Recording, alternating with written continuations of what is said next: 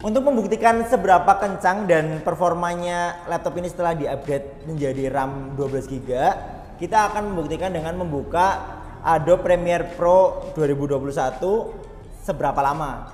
Mungkin bisa 1 menit atau 2 menit atau berapa detik gitu ya.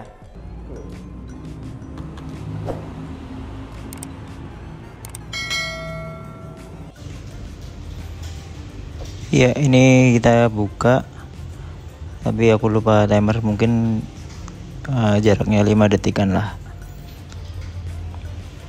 Nah, ini terbilang cukup lama hanya untuk membuka Adobe Premiere Pro ya.